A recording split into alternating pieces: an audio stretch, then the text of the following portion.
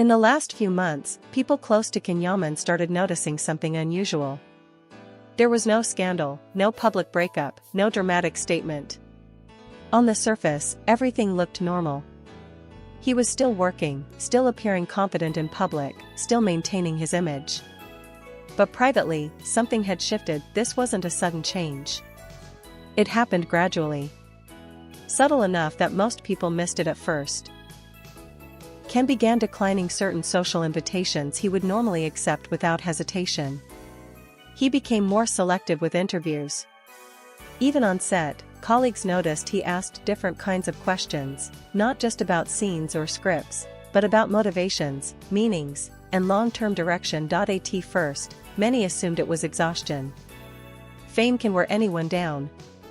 Especially someone balancing an international career between different countries, languages, and expectations. That explanation made sense. It was safe, but it wasn't accurate according to multiple sources familiar with his inner circle. The real reason had nothing to do with work pressure or public attention. It had to do with a person who existed completely outside his usual world, a woman he has never met in person. No shared events. No private meetings. No public appearances together, yet somehow, she became one of the most influential presences in his life. The connection reportedly began in a very ordinary way. Not through celebrities or industry insiders, but through a private exchange that neither of them expected to develop further. At first, it was casual. Short conversations. Neutral topics. Nothing emotional. Nothing personal, but over time, those conversations deepened. What made this woman different wasn't mystery or flirtation. It was distance, not just physical, but emotional distance from his fame. She didn't approach him as Yaman the actor, the star, or the public figure. She approached him as a person. That alone was disarming. For someone used to being projected onto, admired, criticized, and constantly interpreted, this felt unfamiliar. Refreshing. And eventually, grounding. People close to Ken say this connection introduced a new dynamic into his thinking. He began reconsidering choices he once made automatically. He spoke more openly about doubts he had previously kept to himself. In conversations with friends, he reportedly admitted that for the first time in years, he felt heard, not admired, not judged, just understood. Importantly, this woman never pushed for more. No pressure to meet. No emotional demands. No attempts to enter his public life. That restraint made the connection stronger, not weaker. As weeks passed, Ken started distancing himself from certain emotional patterns that had defined past relationships. He became less reactive. Less driven by impulse. More reflective. According to one insider, he stopped trying to prove things, to others and to himself. This raised questions among those around him. Who was she? Why did her words carry so much weight? And how could someone he had never met have such a strong effect? The most striking detail is this: there was no plan. No strategy. No intention for this connection to become significant. And yet, it quietly reshaped the way Ken approached his life, his work, and his understanding of intimacy.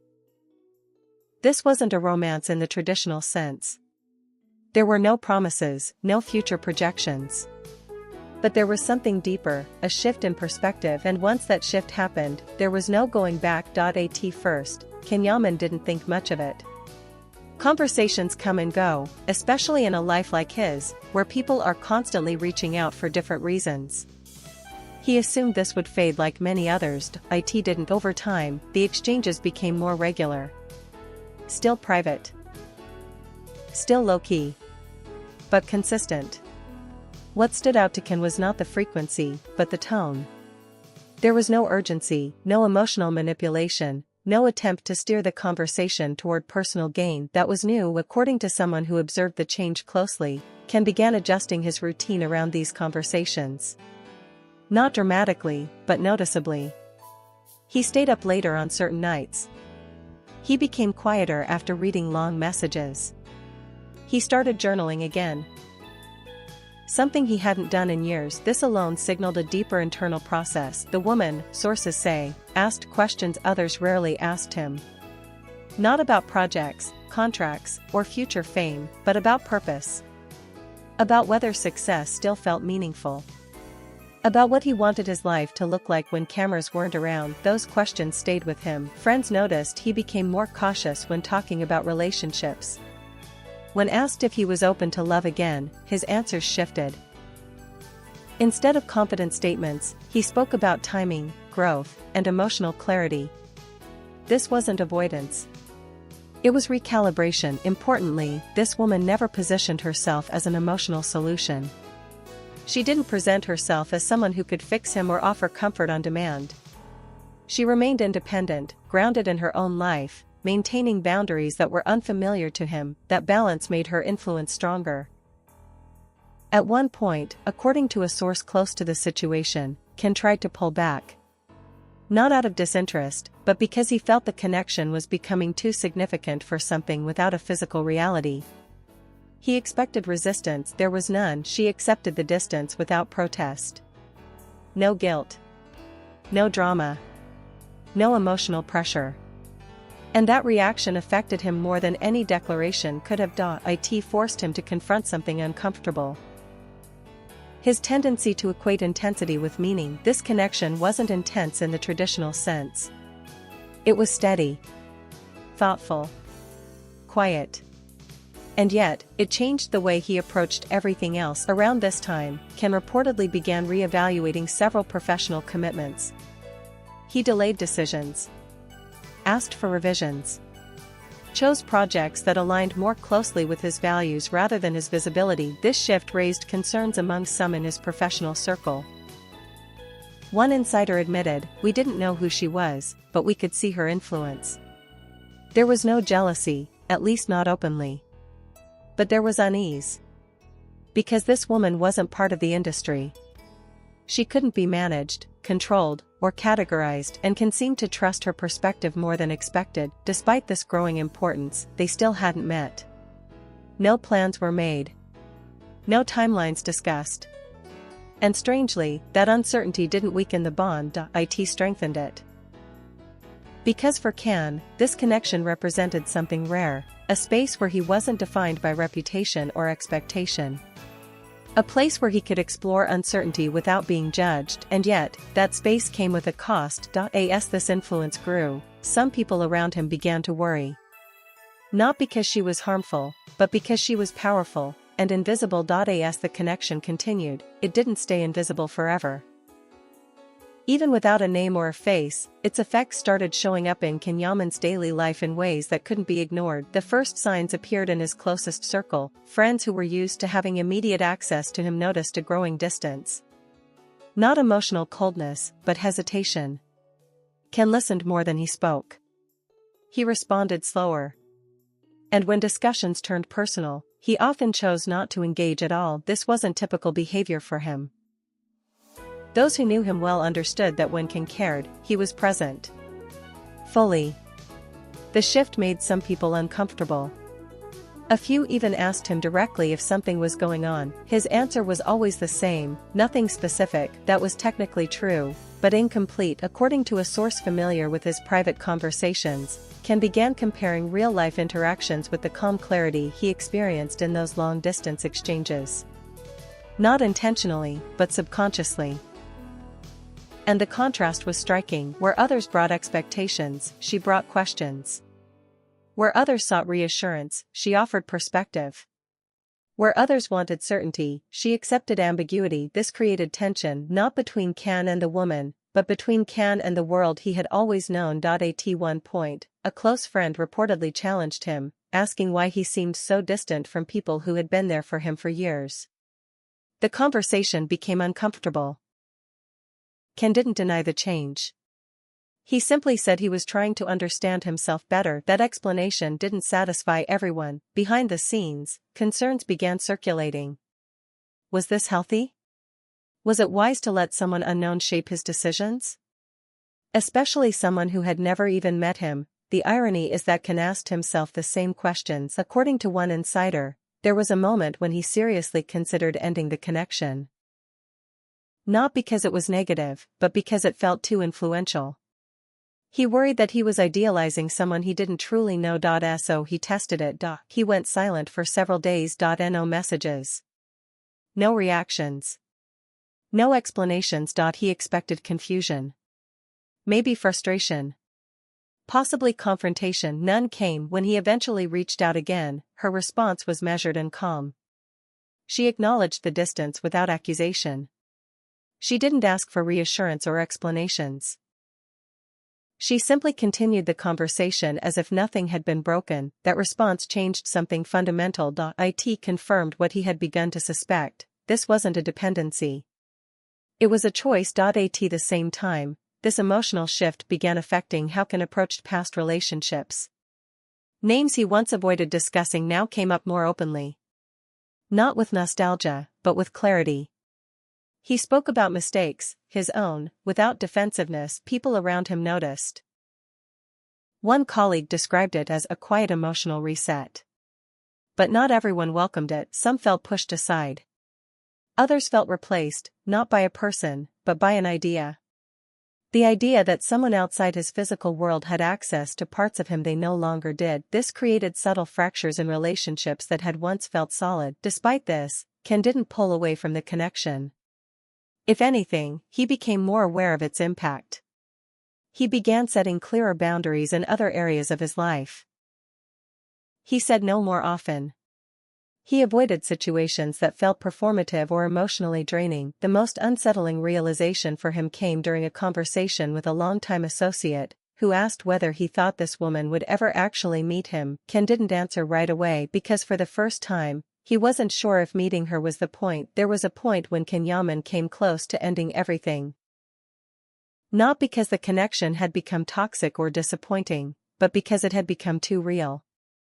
The influence was undeniable, and that realization forced him to confront something he had avoided for years: emotional vulnerability without control. According to sources close to him, the turning point came after a series of difficult conversations in his professional life. Decisions he once made quickly now felt heavy. People around him noticed hesitation where there used to be confidence. Some interpreted it as uncertainty.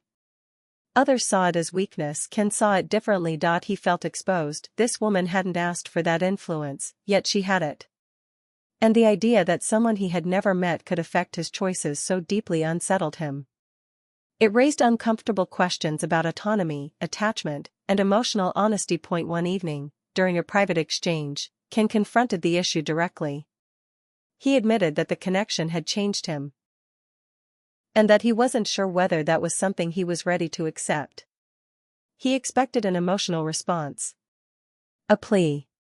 Maybe disappointment. Instead, her reply was simple. She told him that if the connection no longer served him, he should walk away. Not for her sake, but for his. There was no resistance. No emotional leverage. No attempt to preserve what they had built. That moment forced Ken to pause.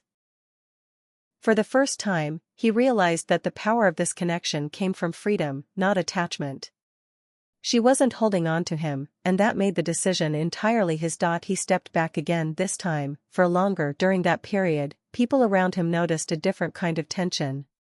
He became restless. Not anxious, but unsettled. He went through old messages, revisited past thoughts, and questioned whether walking away would actually bring relief, or just silence. Privately, he admitted to a friend that he missed the clarity those conversations brought him. Not the woman herself, but the version of himself that emerged through those exchanges. That realization was difficult to accept, because it meant this wasn't about fantasy or escape.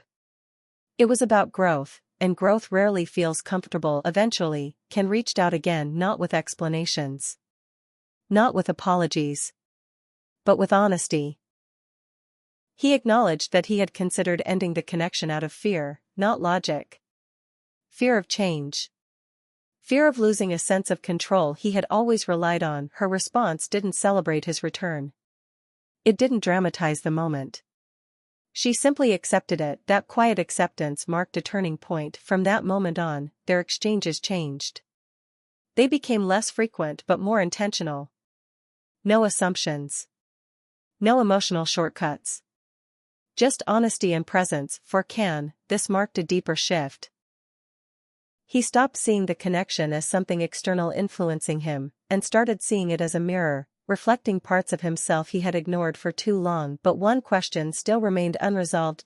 If this connection was so meaningful, why keep it at a distance, and what would happen if the distance disappeared? Despite everything that has happened, one fact remains unchanged: Yaman has still never met her.